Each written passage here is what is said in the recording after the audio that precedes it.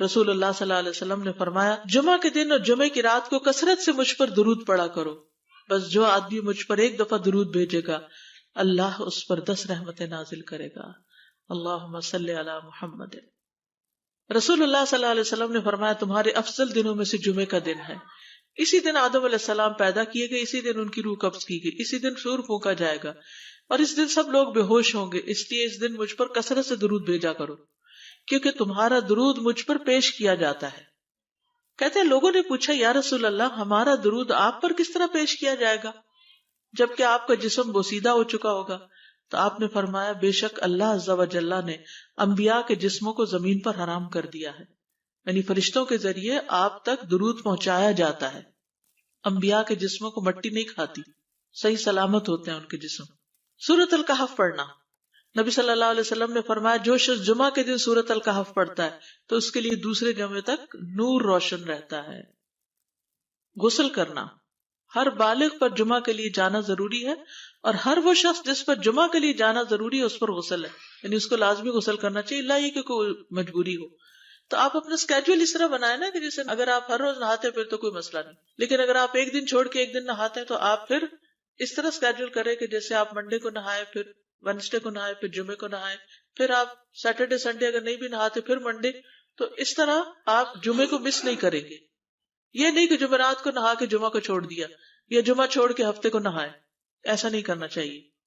علماء نے غسل کے حکم کے بارے میں اختلاف کیا. بعض تو کہتے ہیں یہ واجب ہے، یعنی فرض کے درجے میں ہے، اور جمہور علماء یہ کہتے ہیں کہ مستحب ہے، پسندیدہ ہے، افضل عمل ہے. حدیث میں آتا ہے جس نے جمعے کے دن وضو کیا اس نے اچھا کیا اور جس نے غسل کیا تو یہ افضل ہے. صفائی میں مبالغہ ہوتی ہے نا، ویکلی صفائی آپ کو کرنی ہوتی ہے، یعنی جیسے ناخن وغیرہ کاٹتے ہیں یا پھر اپنے زائد بال وغیرہ اتارتے ہیں، تو یہ سب چیزیں اگر جمعے کے دن ہو تو زیادہ بہتر ہے.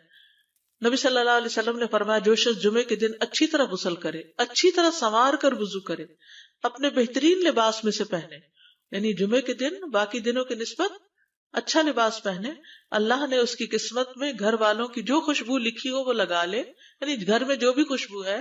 پھر جمعہ پڑھنے آئے تو لغو کام نہ کرے، 2 آدمیوں کے درمیان جدائی نہ کرے، یعنی 2 لوگ بیٹھے ان کے بیچ میں گھس کے بیٹھ جائے. اس جمعے اور دوسرے جمعے کے درمیان کے پورے ہفتے کے گناہ معاف کر دیے جاتے ہیں. پھر مسواک کرنا، جمعے کی سنتیں بتاتے ہوئے آپ نے فرمایا اور تم پر مسواک کرنا لازم ہے. اچھا لباس پہننا، نبی صلی اللہ علیہ وسلم نے فرمایا اگر ممکن ہو تو جمعہ کے لیے اپنے کام کاج کے کپڑوں کے علاوہ 2 کپڑے اور بنا رکھنے میں کیا حرج ہے. اسپیشل ڈریس رکھے جو جمعے کو ہی پہن لے. خوشبو لگانا، یعنی خوشبو لگائے، حدیث میں آتا ہے چاہے وہ عورت کی خوشبو سے ہو، یعنی آپ کی اپنی نہیں، بیوی کی خوشبو پڑی ہو وہی لگا لو لیکن لگاؤ.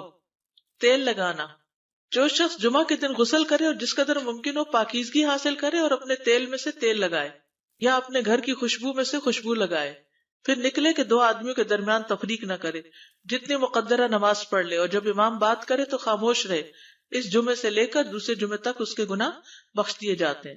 جمعہ کا وقت، سورج ڈھلتے ہی جمعہ پڑھنا، سورج ڈھلتے ہی جمعہ پڑھنا، اول وقت جمعہ پڑھنا، بہت لیٹ نہیں کرنا چاہیے.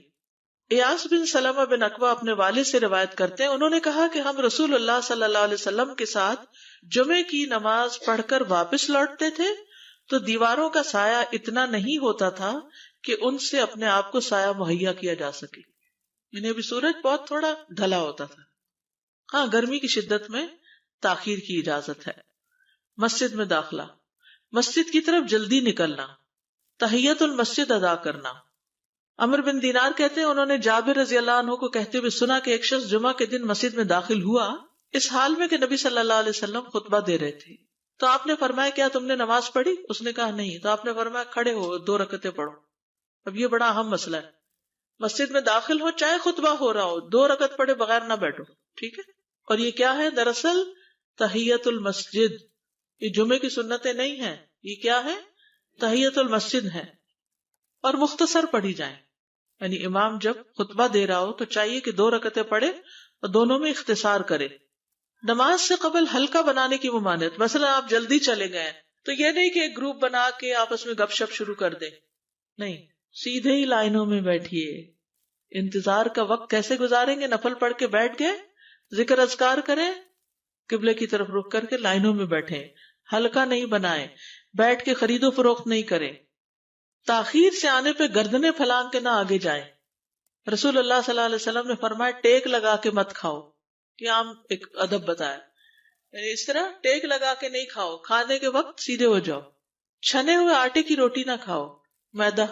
مسجد میں کوئی جگہ مقرر نہ کرو کہ یہ میری جگہ ہے، آپ کیوں آج یہاں کھڑی ہو گئی، کہ تم اسی میں ہی نماز پڑھو۔ کچھ لوگ ہوتے ہیں نا آ کے مخصوص جگہ ہی پڑھتے ہیں، اگر کوئی اور وہاں ہو جائے ڈسٹرب ہو جاتے ہیں۔ اور جمعہ کے دن لوگوں کی گردنیں نہ پھلانگو، ورنہ اللہ تمہیں قیامت کے دن لوگوں کے لیے پل بنا دے گا۔ کیونکہ بہت اذیت کی بات ہے نا، بیٹھے ہیں لوگ باقاعدہ بعض اوقات کندھوں پہ ہاتھ رکھ کے اس کو تنگ کر اس کو تنگ کر، تو یہ نہیں کرنا چاہیے۔ اگر آپ کو اٹھنا بھی پڑ گیا بیچ میں تو واپسی پہ پیچھے کھڑے ہو جائیے، اگلی لائن مل جائے گی۔ جی یہ تو بہت ضروری بات آپ نے کی کہ جب لوگ مسجد آئے تو پہلی صف میں بیٹھے، یہ نہیں پہلی چھوڑ کے آخری میں بیٹھ جائیں اور پھر لوگ ان کی گردنیں پلانگتے رہیں، دوسروں کے لیے فتنہ بننا۔ جابر بن عبداللہ رضی اللہ عنہ سے روایت ہے کہ جمعے کے دن رسول اللہ صلی اللہ علیہ وسلم خطبہ ارشاد فرما رہے تھے کہ ایک آدمی مسجد میں داخل ہوا، وہ قریب آ کر بیٹھنے کے لیے لوگوں کے اوپر سے گزرنے لگا۔ رسول اللہ صلی اللہ علیہ وسلم نے فرمایا بیٹھ جاؤ، تحقیق تم نے لوگوں کو تکلیف پہنچائی اور دیر سے آئے۔ یہ عربی کے الفاظ بڑے خوبصورت ہیں، اجلس فقد آذیت و آنیت، کتنی جامع زبان ہے یہ۔ اجلس فقط آذیت، تو نے اذیت دی، و آنیت، اور دیر سے آئے۔ ہاں تو اس سے منع کیا گیا۔ کسی کو اس کی جگہ سے نہ اٹھانا۔ جابر رضی اللہ عنہ نبی صلی اللہ علیہ وسلم سے روایت کرتے ہیں، آپ نے فرمایا تم میں سے کوئی شخص جمعہ کے دن اپنے بھائی کو کھڑا نہ کرے کہ پھر دوسری طرف سے آ کر اس کی جگہ پہ خود بیٹھ جائے، بلکہ جو آئے وہ کہے جگہ کشادہ کرو، ہمارے لیے بھی جگہ بناؤ، یہ کہے۔ خطبہ جمعہ اور اس کے آداب۔ خطبہ جمعہ کی اہمیت، جب اذان ہو جائے تو کیا کرے انسان؟ مسجد کی طرف دوڑ پڑے۔ تو مسجد میں جماعت تو نہیں ہو رہی ہوگی، پہلے کیا ہو رہا ہوگا؟ خطبہ ہو رہا ہوگا۔ امام کا خطبے سے پہلے سلام کرنا۔ نبی صلی اللہ علیہ وسلم جب ممبر پر چڑھتے تو حاضرین کو السلام علیکم کہتے۔ امام کا کھڑے ہو کر خطبہ دینا۔ رسول اللہ صلی اللہ علیہ وسلم کھڑے ہو کر خطبہ دیتے، پھر بیٹھ جاتے، پھر کھڑے ہوتے اور کھڑے ہو کر خطبہ دیتے، یعنی بیچ میں تھوڑا سا بیٹھ بھی جاتے تھے۔ جس نے تمہیں یہ خبر دی کہ آپ بیٹھ کر خطبہ دیتے تھے تو تحقیق اس نے جھوٹ بولا، بس یقیناً اللہ کی قسم میں نے آپ کے ساتھ 2000 سے زائد نمازیں پڑھی ہیں، یعنی جن میں بہت سے جمعے بھی آئے ہیں، تو ایسا کچھ نہیں۔ امام کا 2 خطبے دینا، یعنی کھڑے تھے پہلے، پھر ذرا بیٹھ گئے، پھر دوسری دفعہ اٹھے، تو یہ 2 خطبے ہو گئے۔ مختصر خطبہ دینا۔ آپ کے خطبات چند کلمات ہوا کرتے تھے، بہت لمبی تقریریں نہیں، آپ کا خطبہ درمیانہ ہوتا تھا۔ نبی صلی اللہ علیہ وسلم نے فرمایا آدمی کا نماز کو لمبا کرنا اور خطبے کو مختصر کرنا اس کی سمجھداری کی علامت ہے۔ بس نماز لمبی کرو اور خطبہ مختصر کرو، کیونکہ بعض بیان جادو جیسا اثر رکھتے ہیں، یعنی تھوڑے بھی بات کرو گے تو دل میں چلی جائے گی۔ نماز پہ زیادہ توجہ۔ نبی صلی اللہ علیہ وسلم کا خطبے میں سورۃ قاف پڑھنا۔ حارثہ بن نعمان کی بیٹی سے روایت ہے، کہتی ہے کہ میں نے سورۃ قاف رسول اللہ صلی اللہ علیہ وسلم سے سن کر حفظ کر لی۔ آپ ہر جمعے کو خطبے میں پڑھا کرتے تھے۔ سامعین کا امام کی طرف رخ کرنا، یعنی جمعے کے دن یہ نہیں کہ آپ کرسی لگا کے کسی اور طرف منہ کر کے بیٹھ جائیں اور جب جماعت ہو تو پھر صف میں کھڑے، نہیں، آپ صف میں بیٹھے ہو، کس طرف منہ ہو؟ قبلہ رخ ہو، امام سامنے ہی ہوگا نا قبلے کی طرف۔ ایک صحابی کہتے کہ جب آپ ممبر پہ چڑھتے تو ہم اپنے چہروں کے ساتھ آپ کی طرف متوجہ ہوتے، ادھر ادھر نہیں دیکھتے تھے خطبے کے دوران۔ امام کے قریب بیٹھنا۔ اللہ کے نبی صلی اللہ علیہ وسلم نے فرمایا ذکر میں حاضر ہوا کرو، یعنی خطبہ میں، اور امام کے قریب بیٹھا کرو، بے شک آدمی دور ہوتا رہتا ہے حتیٰ کہ وہ جنت میں بھی پیچھے ہی ہوگا اگرچہ وہ اس میں داخل بھی ہو جائے۔ یہ تاخیر کی اتنی مذمت ہے۔ خاموشی سے خطبہ سننا، یعنی بات نہیں کرنی چاہیے، کوئی اہم بات بھی نہیں پوچھنی چاہیے۔ ابن مسعود سے روایت ہے کہ انہوں نے ابی ابن کعب سے قرآن کی کسی آیت کے بارے میں سوال کیا جبکہ اللہ کے نبی خطبہ دے رہے تھے، تو انہوں نے اعراض کیا اور کوئی جواب نہ دیا۔ پھر جب آپ نے نماز پڑھائی تو ابی کہنے لگے تمہارا جمعہ ہی نہیں ہوا۔ تو ابن مسعود نے رسول اللہ صلی اللہ علیہ وسلم سے پوچھا تو آپ نے فرمایا ابی نے سچ کہا، کوئی بات کرنے کی اجازت نہیں، یہ کہنے کی بھی کہ چپ ہو جاؤ یہ بھی اجازت نہیں۔ عبداللہ بن مسعود کہتے کہ جب امام جمعہ کے لیے آ گیا پھر تمہارا اپنے ساتھی سے یہ کہنا کہ خاموش رہو لغویت کے لیے کافی ہے، یہ بھی لغو بات ہے۔ کوئی لغو حرکت نہ کرنا، کنکریوں سے نہ کھیلنا، فون سے نہیں کھیلنا، میسجز چیک نہیں کرنا، انگلیوں میں انگلیاں ڈال کے پٹاخے نہیں بجانا، گوٹ مار کے نہیں بیٹھنا. گوٹ مار کے کیسے بیٹھتے ہیں؟ گھٹنے اوپر کر کے اور یوں ایسے گھٹنوں کے گرد ہاتھ ڈال کے. کئی دفعہ ایسے نظر آتا ہے کہ خطبے میں لوگ اس طرح بیٹھے ہوتے ہیں کیونکہ پتہ نہیں ہے. یعنی آپ چوکڑی مار سکتے ہیں. آپ سب سے افضل پوزیشن تو یہ ہے کہ جیسے نماز کے اتحیات میں ہم بیٹھتے ہیں، لیکن کچھ لوگ اس طرح بیٹھ نہیں سکتے، چلے کرسی میں بیٹھ جائیں. اگر کرسی نہیں ہے، نیچے بیٹھے ہیں تو چوکڑی مار کے بیٹھ جائیں، مگر ٹانگیں اس طرح پیٹ کے ساتھ لگا کے گھٹنوں پہ ہاتھ کو بل دے کے اس طرح نہیں بیٹھے. اگر مجبوری ہے تو وہ اور بات ہے، لیکن یہ کہ بلا وجہ نہیں کرنا چاہیے کیونکہ ادب کے خلاف ہے. اونگ آنے پر جگہ بدلنا. نبی صلی اللہ علیہ وسلم نے فرمایا اگر جمعہ کے دن کسی کو مسجد میں اونگ آنے لگے تو اپنی اس جگہ کو دوسری جگہ سے بدل لے. کہ بعض اوقات ایسا ہوتا ہے نا، خطبے کے وقت بڑی سکینت ہوتی ہے اور آخری خطبہ تو آپ نیند میں ہی سنتے ہیں. نماز جمعہ کی رکعت 2 رکعت ہے فرض بس. جمعہ کی نماز 2 رکعتیں ہیں اور ان دونوں میں قرات ہوتی ہے. نبی صلی اللہ علیہ وسلم جمعے میں سب اسم ربک الاعلی اور حل اتاک حدیث الغاشیہ پڑھتے. کبھی جمعہ اور عید کٹھے ہو جاتے تب بھی دونوں نمازوں میں یہی سورت پڑھتے تھے. ٹھیک ہے. اسی طرح صبح کی نماز میں جمعے کے دن الف لام میم التنزیل اور حل اتی علی الانسان کی قرات کرتے اور نماز جمعہ میں سورۃ الجمعہ اور منافقین کی تلاوت کرتے. یعنی یہ بھی ملتا ہے.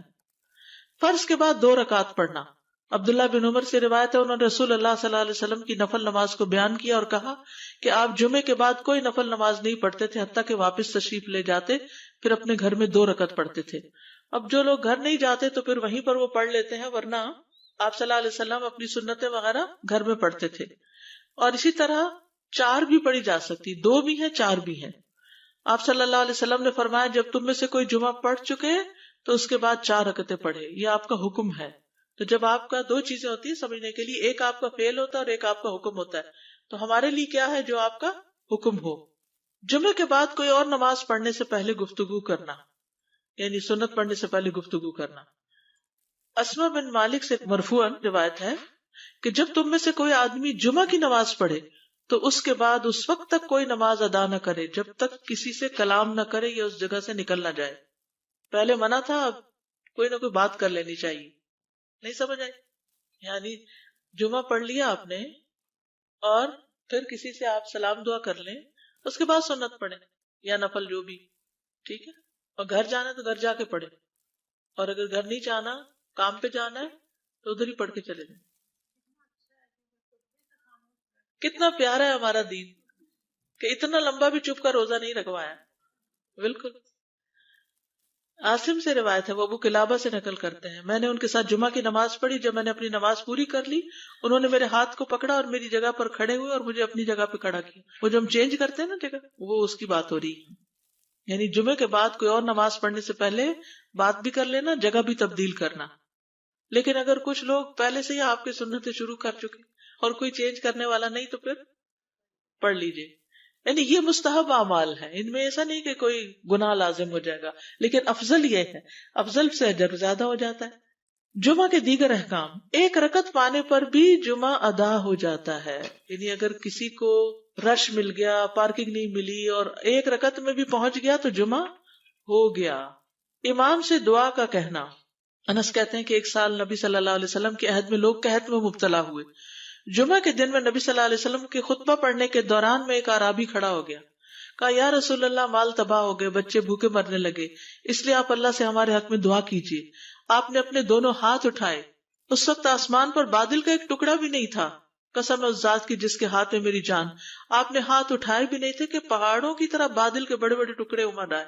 یہ معجزہ ہے آپ کا، آپ کی دعا قبول ہو گئی. پھر آپ ممبر سے ابھی اترے نہیں تھے کہ میں نے آپ کی داڑھی پر بارش کے قطروں کو ٹپکتے ہوئے دیکھا. اس دن خوب بارش ہوئی. پھر دوسرے دن، تیسرے، چوتھے، حتیٰ کہ دوسرے جمعے تک سلسلہ جاری رہا.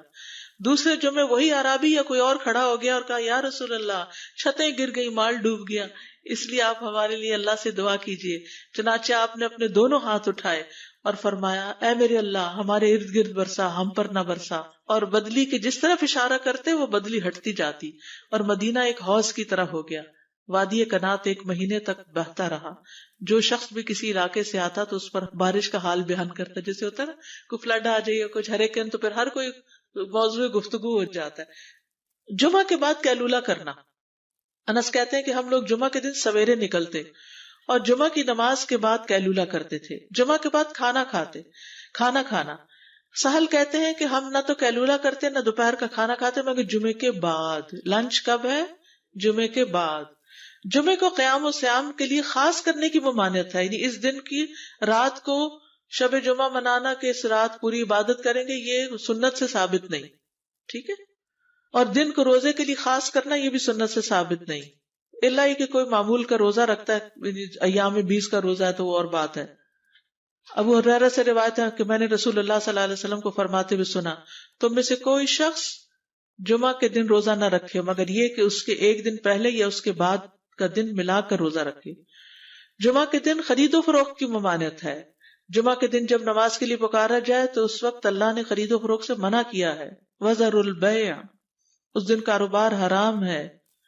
اور یہ جمعے کی دوسری اذان کے ساتھ تعلق رکھتا ہے، یعنی صبح صبح کام کر سکتے ہیں لیکن اذان ہوتے ہی چھوڑ دیں، اور جب پھر جمعہ سے فارغ ہو جائے تو دوبارہ دکان پہ جا کے بیٹھ جائیں. جابر بن عبداللہ کہتے ہیں کہ نبی صلی اللہ علیہ وسلم جمعہ کے دن خطبہ ارشاد فرما رہے تھے کہ مدینہ میں ایک تجارتی قافلہ آیا. رسول اللہ صلی اللہ علیہ وسلم کے صحابہ اس کی طرف لپک پڑے اور آپ کے پاس مسجد میں صرف 12 آدمی بچے.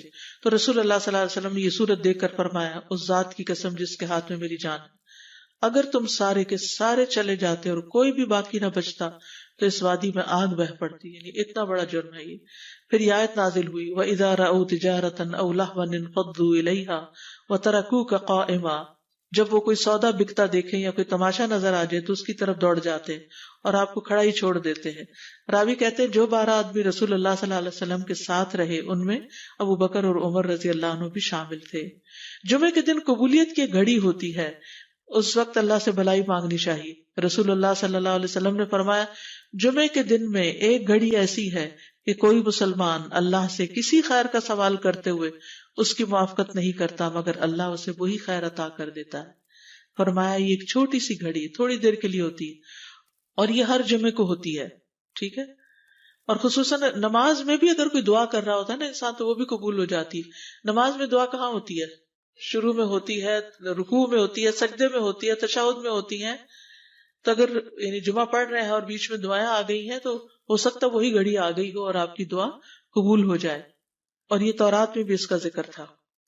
ابو ہریرہ رضی اللہ عنہ کہتے ہیں کہ رسول اللہ صلی اللہ علیہ وسلم نے فرمایا، بہترین دن جس میں سورج طلوع ہوتا ہے جمعہ کا دن ہے. اس دن میں ایک گھڑی ایسی ہے کہ نماز کی حالت میں اگر کوئی مسلمان بندہ اللہ عز و جل سے کچھ طلب کرے تو وہ اس کو ضرور دیتا ہے. کعب نے کہا ایسا سال میں ایک مرتبہ ہوتا ہے؟ تو میں نے کہا نہیں بلکہ ہر جمعہ کو ہوتا ہے. کہتے ہیں پھر کعب نے تورات پڑھی تو کہا نبی صلی اللہ علیہ وسلم نے سچ فرمایا. ابو ہریرہ رضی اللہ عنہ کہتے ہیں کہ میں بعد میں عبداللہ بن سلام سے ملا اور ان سے اپنی اور کعب کی مجلس کا بتایا تو عبداللہ بن سلام رضی اللہ عنہ نے کہا میں جانتا ہوں وہ گھڑی کب آتی ہے. ابو ہریرہ نے کہا مجھے بھی بتائیے. انہوں نے کہا وہ جمعہ کے دن میں آخری گھڑی ہے. میں نے کہا یہ جمعے کے دن کی آخری گھڑی کیسے ہو سکتی ہے؟ حالانکہ رسول اللہ صلی اللہ علیہ وسلم نے فرمایا جو مسلمان بندہ اس کو نماز پڑھتے ہوئے پائے. اس وقت میں کوئی نماز نہیں پڑھی جاتی.